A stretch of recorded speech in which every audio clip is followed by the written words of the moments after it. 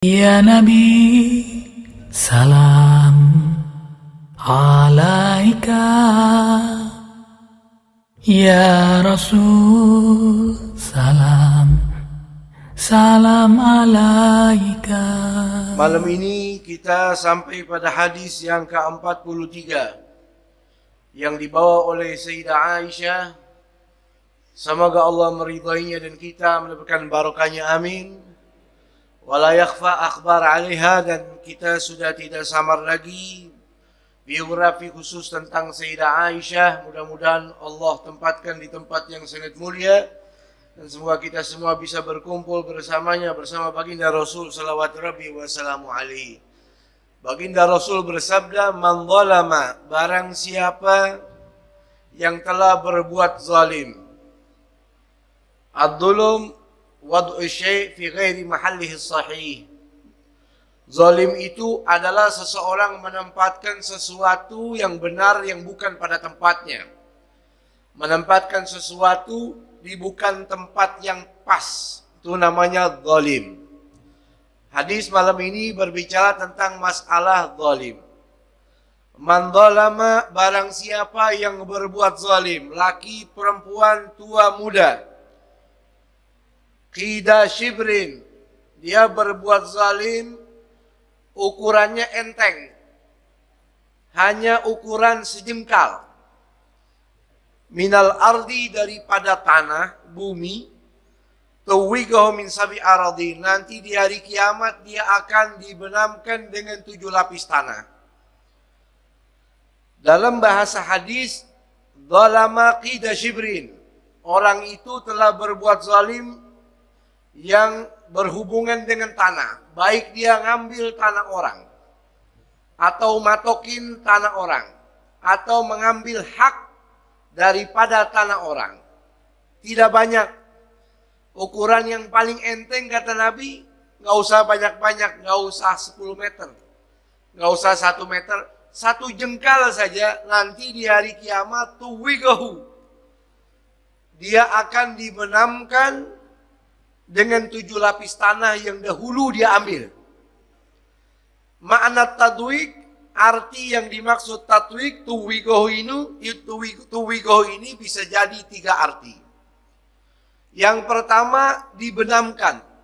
Jadi dia ambil misal 1 meter tanah orang, nanti di hari kiamat dia akan dipantek, dibenamkan 7 lapis tanah.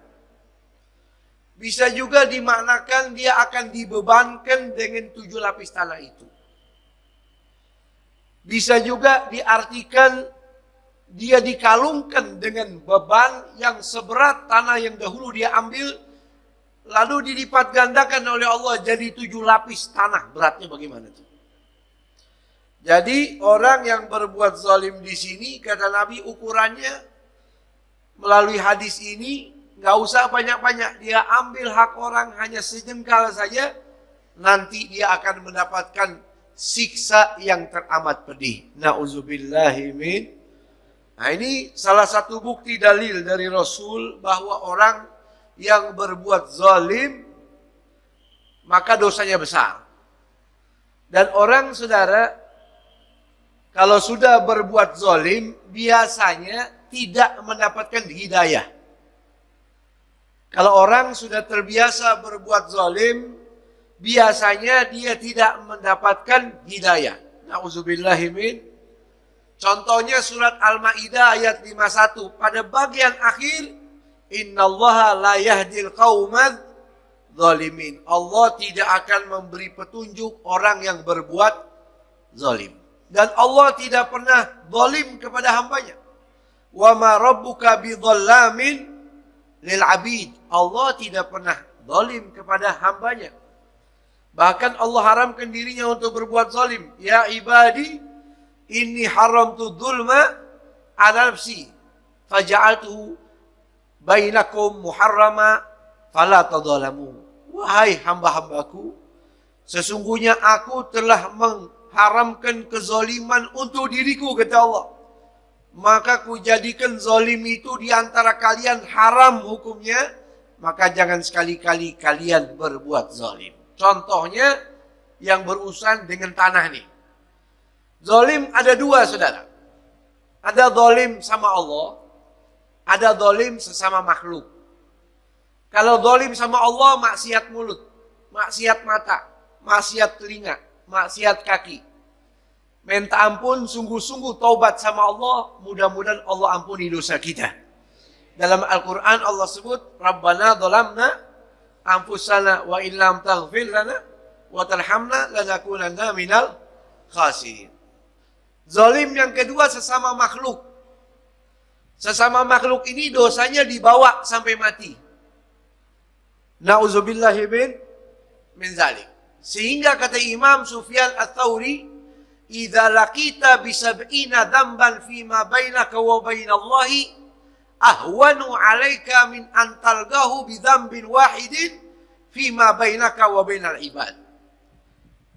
Ketika mana engkau melakukan perbuatan durjana 70 kali dosa, maksiat antara engkau sama Allah, itu lebih enteng daripada kamu berbuat dosa sesama manusia satu dosa saja.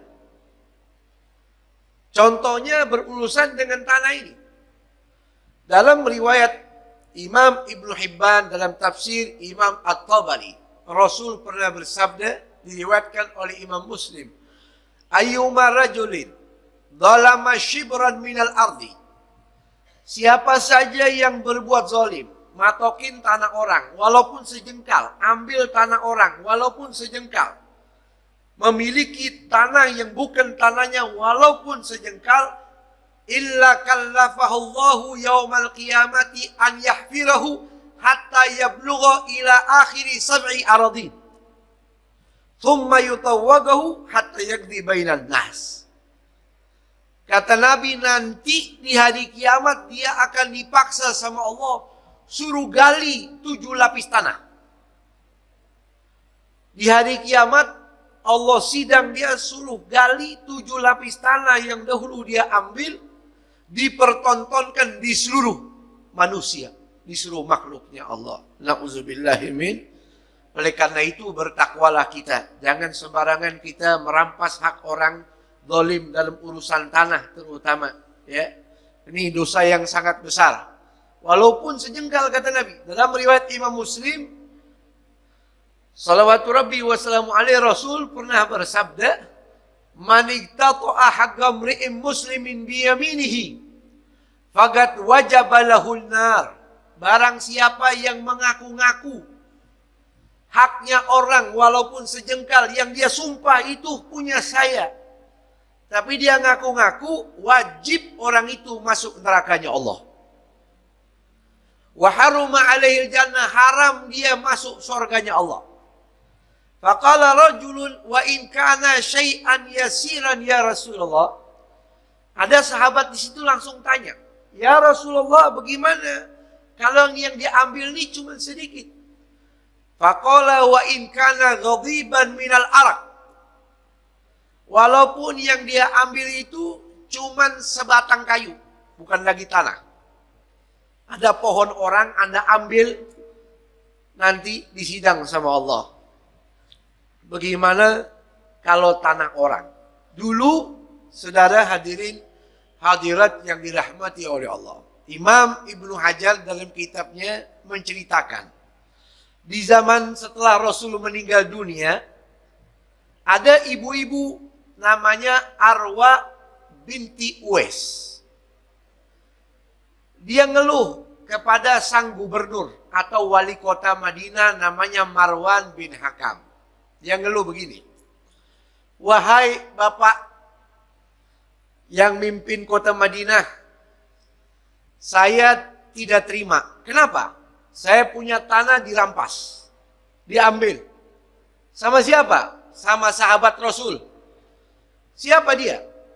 Itu Sa'id bin Zaid radhiyallahu anhu. Sa'id bin Zaid, kamu tuduh dia ambil tanah kamu. Sa'id bin Zaid ini, saudara, salah satu orang yang diberi kabar oleh Nabi masuk surganya Allah. Asyra al-mubasysyirina bil jannah. Sayyidina Abu Bakar, Sayyidina Umar, Sayyidina Utsman, Sayyidina Ali, Sa'id bin Zaid. Ini orang yang termasuk dapat berita masuk surganya Allah. Maka ini hakim percaya nggak percaya, karena ada yang mengadu, dia panggil. Wahai sahabat Rasul, Sa'id bin Zaid, udah tua nih. Ini perempuan istakat annaka tarsab syai'an min ardiha. Ini perempuan ngeluh, katanya Anda ada ambil tanah dia. Faqala ana akhudhu syai'an min ardiha ba'dama sami'tu Rasulullah sallallahu alaihi wasallam yaqul man iqtata'a shibran minal ardi tuwigahu ila sab'i aradin. Apa mungkin saya ambil tanah ini ibu setelah saya dengar dari hadisnya Rasulullah SAW, barang siapa yang merampas sejengkal tanah saja nanti di hari kiamat dia dibelenggu dengan 7 lapis tanah yang dahulu dia ambil. Apa mungkin saya ambil? Maka Marwan bin Hakim faqala inni la as'aluka ba'da hadhil bayyinah. Kalau begitu cukup. Bukti Anda cukup dari hadis itu. Saya tidak akan sidang Anda. Saya percaya kepada Anda. Anda sahabatnya Rasulullah. Tunggu dulu, kata Sa'id bin Zaid. Saya mau berdoa. Allahumma in kanat kadhibatan fa'mi basaraha. Ya Allah, ini perempuan kalau emang berdusta, biar kau butakan matanya. Waj'al qabraha fi dariha, dan jadikan kuburannya ada di rumahnya sendiri. Faqala Urwat bin Zubair, ada sahabat Rasul sumpah demi Allah, saya lihat setelah sidang itu ibu kembali ke rumahnya matanya buta. Dia merangkak-rangkak di dalam rumahnya, pegang-pegang tembok. Kebetulan di rumahnya ada sumur. Dia berjalan sambil merangkak-merangkak, jeblos masuk dalam sumur, mati dalam sumurnya. Doa dari sahabat baginda Nabi kita Muhammad SAW. Oleh karena itu, waspadai hal yang namanya zalim. Kezaliman itu adalah dosa yang sangat besar. Semoga Allah lindungi kita dari segala mara bahayanya. Hadanallahu wa iyyakum ajmain. Assalamualaikum warahmatullahi wabarakatuh.